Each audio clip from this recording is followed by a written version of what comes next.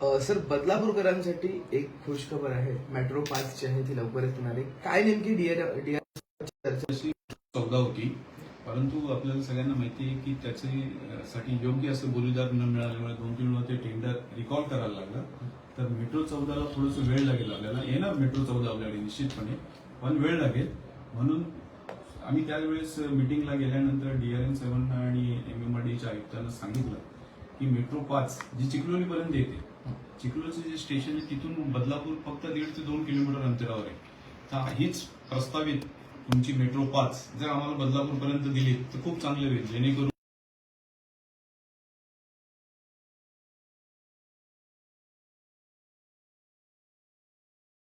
नागरिकांना जे रोज रेल्वेने प्रवास करतात त्यांच्यासाठी अतिशय चांगली अशी गोष्ट होईल. आणि आपल्याला सुद्धा जे मध्य रेल्वेवरनं प्रवासी रोज प्रवास करतात त्यांच्यासाठी सुद्धा चांगलं होईल. आणि या मध्य रेल्वेवरचा बदलापूर शहराच्या बदलापूर स्टेशनचा लोड हा कमी होईल. त्यामुळे तत्वशः ते मान्य केलं. MMRDचे आयुक्त आणि आमचे कल्याण लोकसभा मतदारसंघाचे लोकप्रिय खासदार श्रीकांतजी शिंदे साहेब यांनी ही बैठक लावली होती आणि ती मान्यता दिली. आणि त्यांना सांगण्यात आलं की ताबडतोब चिखलोली ते बदलापूरचा DPR तयार करा. आम्ही त्यांना चिखलोली मेट्रो 5 साठी बदलापूरसाठी दत्त चौक बेलवली यापर्यंत आम्हाला ती आणावं अशी आम्ही त्यांना त्या ठिकाणी सूचना केली आहे.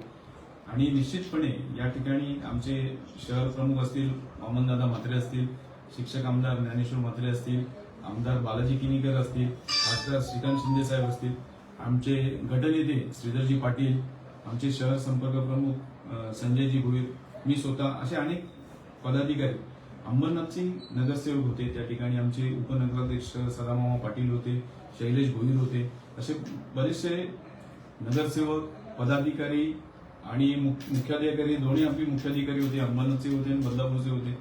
त्याप्रमाणे लगेच त्यांना MMRDचे आयुक्त संजयजी मुखर्जी साहेब यांनी आदेश केलेले आहेत की ताबडतोब मेट्रो 5चं DPR तयार करा. आणि ही संपूर्ण जी मेट्रो 5 असेल ती एलिव्हेटेड असणार आहे.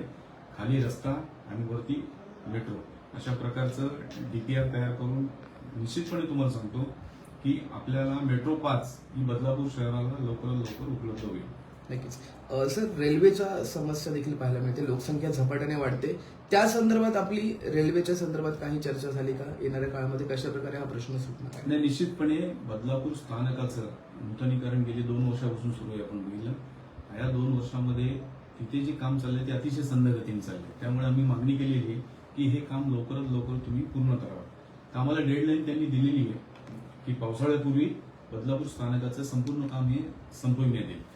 आणि त्याचप्रमाणे 15 डब्यांचे लोकल ट्रेन्स सर्व चालू करावे असं मी त्यांना त्या ठिकाणी विनंती केलेली आहे.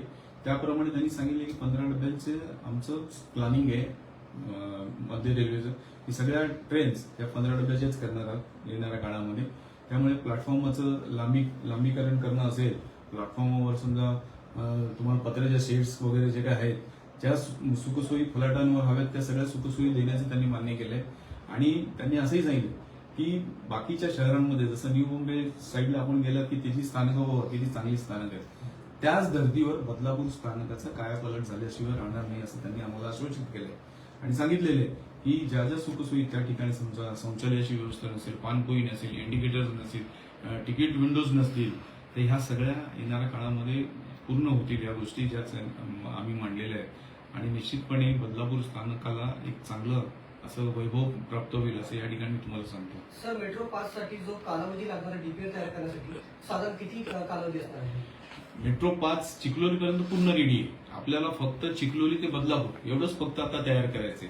तर त्याच्यासाठी कालावधी 2 ते 3 महिन्याचा कालावधी जास्तीत जास्त त्यांनी सांगितलं की पुढच्या मीटिंगमध्ये त्यांच्या इंजिनियर्स लोकांनी तर लगेच सांगितलं की आम्ही पुढच्या मीटिंगमध्ये याचं प्रेझेंटेशन देऊ, DPR देऊ तयार करून. पण आपण 2-3 महिन्याचा कालावधी पकडा की त्याच्यामध्ये DPR तयार होऊन ते काम मार्गस्थ लागेल.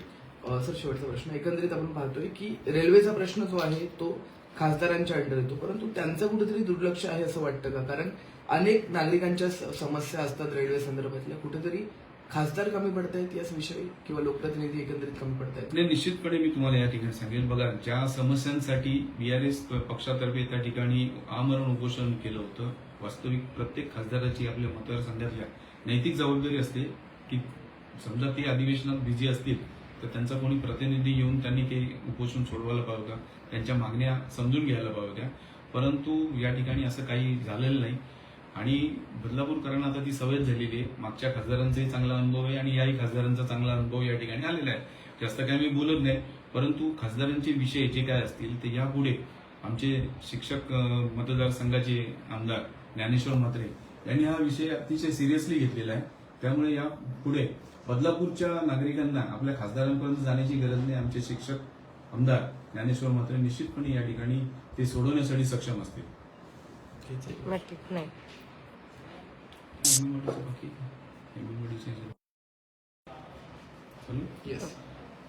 सोमवारी बँड्रा बीकेसी या ठिकाणी एमएमआरडीएलच्या अधिकाऱ्यांसोबत चर्चा झाली. त्याच्यामध्ये आमचे खासदार श्रीकांत शिंदे साहेब, त्यानंतर डॉक्टर बालाजी किनीकर आमदार आणि तसेच आमचे ज्ञानेश्वर म्हात्रे आणि आमचे शहर प्रमुख वामनदादा म्हात्रे, गटनेते आमचे श्रीधर पाटील, आम्ही सर्व मंडळी त्या ठिकाणी गेलो आणि त्यांना एमएमआरडीएच्या ज्या डेव्हलपमेंट प्लॅनमध्ये ज्या चुका झालेल्या आहेत, आपण बघितलं की 2001 साली आपल्या या शहराचा डेव्हलपमेंट प्लॅन प्रसिद्ध झाला आणि याच्यामध्ये मुख्य काही गावठाणांचा भाग होता तो वगळण्यात आला होता.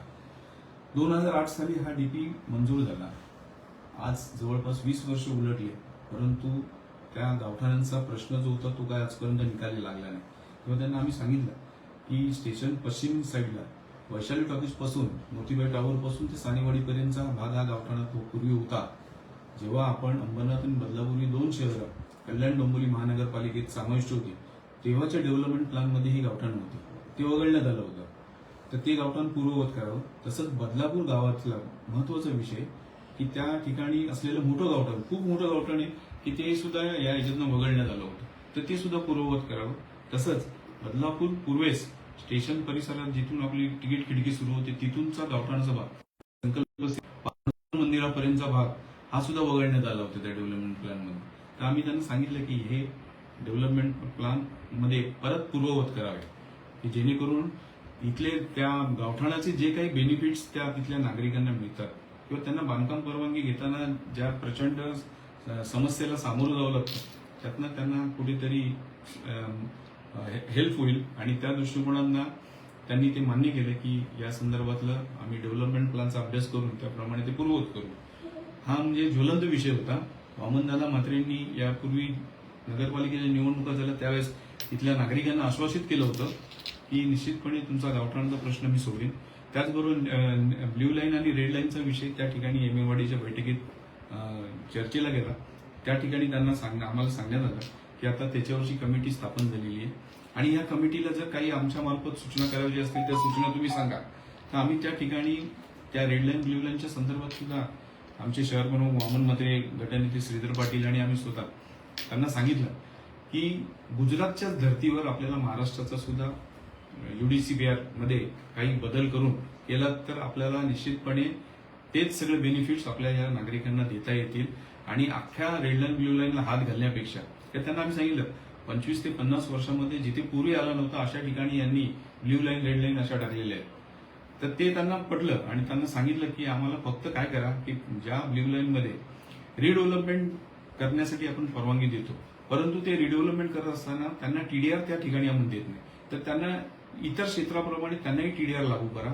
म्हणजे त्या सोसायट्या या पुनर्विकसित होतील, त्यांच्याकडे बिल्डर्स जातील, बिल्डर्स त्या सोसायट्या घेतील आणि आज 30-40 वर्ष त्या सोसायट्यांमध्ये राहणारी लोक आहेत. प्रत्येकाची इच्छा असते की आज एवढ्या वर्षापूर्वी आपण घेतलेला फ्लॅट आहे तर नव्याने जेव्हा आपल्याला बिल्डर देईल तर 10 ते 20% त्यामध्ये वाढून देईल, ही प्रत्येक सोसायटीची अपेक्षा असते. परंतु बिल्डरलाच काही बेनिफिट मिळत नसेल तर तो बिल्डर देणार कुठं? म्हणून जर आपण शासनातर्फे त्यांना TDRs वगैरे लागू करून दिले की ब्ल्यू लाईन मध्ये सुद्धा TDR तुम्हाला मिळेल, प्रीमियम सुद्धा मिळेल, एन्सिलरीज हे सगळे बेनिफिट्स मिळतील, तर निश्चितपणे ते बिल्डर सुद्धा समोरून पुढे येतील आणि त्या जुन्या सोसायट्यांचा पुनर्विकास पूर्णपणे चांगल्या प्रकारे होईल. त्याचप्रमाणे आम्ही तिथे मागणीही केली की पुनर्विकासाला एका ठिकाणी आपण परवानगी देतो आणि त्यालाच लागून असलेली आमच्या शेतकरीची समजा रेसिडेन्शियल झोनमध्ये जमीन असेल, महाविकास क्षेत्रामधील जमीन असेल तर त्या जमिनीला आपण बेनिफिट देत नाही, म्हणजे एक प्रकारे त्याच्यावरही अन्याय करतो. आमचा त्या तिकडचा शेतकरी हतबल झालेला आहे हजारो एकर जमीन आमची या ब्ल्यू लाईन रेड लाईननी बाधित झालेली आहे. तर ज्या धर्तीवर तुम्ही रिडेव्हलपमेंटला परमिशन देता त्याच धर्तीवर तुम्ही मोकळ्या असलेल्या रहिवासी क्षेत्रातल्या जमिनी असतील, नाविकास क्षेत्रातल्या जमिनी असतील, यांना UDCPR 2020 मध्ये आमूलाग्र बदल करून त्याप्रमाणे त्यांना देण्यात यावं. हे सुद्धा त्यांनी तत्वतः मान्य केले. त्यांनी सांगितलं की जी कमिटी बसलेली आहे, श्रीकांत शिंदे आमचे जे खासदार आहेत त्यांनी सांगितले जी कमिटी बसलेली आहे त्या कमिटीची पण एक बैठक तुमच्याबरोबर लावतो आणि त्यांना सुद्धा तुम्ही हे अशा प्रकारे कन्व्हिन्स करा, सांगा की काय तुम्हाला त्रास त्या ब्ल्यू लाईन रेड लाईनमुळे होतोय. त्यामुळे अतिशय सकारात्मक अशी चर्चा त्या ठिकाणी झालेली आहे. ब्ल्यू लाईनचा विषय असेल, त्याचप्रमाणे MMRDAच्या आयुक्तांना आम्ही सांगितलं की अंबरनाथला सुद्धा सगळं चांगला महत्वाकांक्षी प्रकल्प होतोय, त्याचा DPR तयार झालाय. तर त्याच धर्तीवर बदलापूर शहराचा सॅटिसचा प्रकल्प आपण तयार करावा होता. त्यांनी सांगितलं आम्ही बदलापूरसाठी सुद्धा सॅटिस करण्यासाठी तयार आहे, फक्त कुळगाव बदलापूर नगर परिषदेच्या बॉडीचा ठराव करून आमच्याकडे मागणी करावी नगर परिषदेने. निश्चितपणे बदलापूर शहराला सुद्धा सॅटिसनी जोडलं जाईल, असं एक चांगलं हे चर्चा झाली. त्याचप्रमाणे त्यांनी आम्ही त्यांना सांगितलं की बदलापूरमध्ये आंतरराष्ट्रीय दर्जाचं क्रीडा संकुल व्हावं असं तमाम बदलापूरकरांची इच्छा आहे आणि त्या दृष्टिकोनानं आमच्याकडे साधारण 55 एकरचा रिझर्वेशनचा भाग आमच्या ताब्यात आहे. त्यामुळे त्या ठिकाणी जर एक 15-20 एकरमध्ये असं स्टेडियम झालं तर आपल्याला याचे फायदे काय आहेत की उद्या बडोदरा एक्सप्रेस झाल्यानंतर फक्त 15 ते 20 मिनिटांमध्ये आपण नवी मुंबई आंतरराष्ट्रीय विमानतळाला आपण पोहोचू शकतो. आपल्याला माहिती आहे DY पाटील स्टेडियममध्ये क्रिकेटचे सामने होतात, आंतरराष्ट्रीय सामने होतात, राज्यस्तरीय सामने होतात. तर जसं त्या DY पाटील स्टेडियमला महत्व प्राप्त होईल तसंच महत्व आमच्या बदलापूर शहरातल्या या स्टेडियमला होईल आणि ह्या ठिकाणच्या तरुण होतकरू आमच्या खेळाडूंना एक चांगलं असं परवानगी मिळेल की त्यांना या शहरामध्येच आपल्या खेळाचं जे प्रावीण्य आहे, कौशल्य ते दाखवून आपल्या या शहराचं नाव उंच करतील आणि याचा फायदा एक रेव्हेन्यू पॉईंट ऑफ व्ह्यू जर बघितला तरी याचा पालिकेला अप्रत्यक्षरित्या असा फायदा होणार आहे. त्या ठिकाणी स्टेडियम झालं तर त्या ठिकाणी चांगला त्या एरियाला एक चांगलं स्वरूप प्राप्त होईल आणि आमच्या शहराच्या सौंदर्यीकरणामध्ये एक चांगली अशी भर पडेल की एक चांगलं स्टेडियम त्या ठिकाणी. तर MMRDAने पूर्ण निधी उपलब्ध करून द्यावा अशी आमचे शहर प्रमुख वामन म्हात्रे यांनी त्या ठिकाणी मागणी केली आणि खासदारांनी सांगितलं ठीक आहे त्याच्यावर पण आपल्याला विषय करता येईल, परंतु तशी मागणी कुळगाव बदलापूर नगर परिषदेने MMRDAकडे करावी. त्यानंतर त्याच्यावरचं आपण एक मीटिंग लावू आणि मग तो विषय आपण निकाली काढू.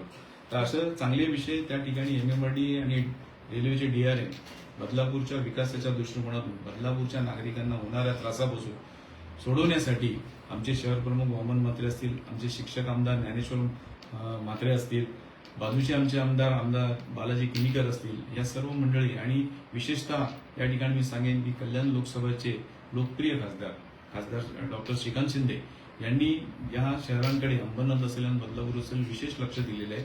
त्यामुळे निश्चितपणे येणाऱ्या काळामध्ये या दोन्ही शहरांचा कायापालट होईल आणि कुळगाव बदलापूर नगर परिषद असेल तिला जे काय आर्थिक मदत लागेल ते MMRDA या पूर्वी देत आलेली यानंतरही देणार आहेत. परंतु तसे प्रस्ताव काही पायलट प्रोजेक्ट MMRDA कडनं जर करून हवे असतील तर तसं बदलापूर नगर परिषदेने MMRDA मागणी करावी.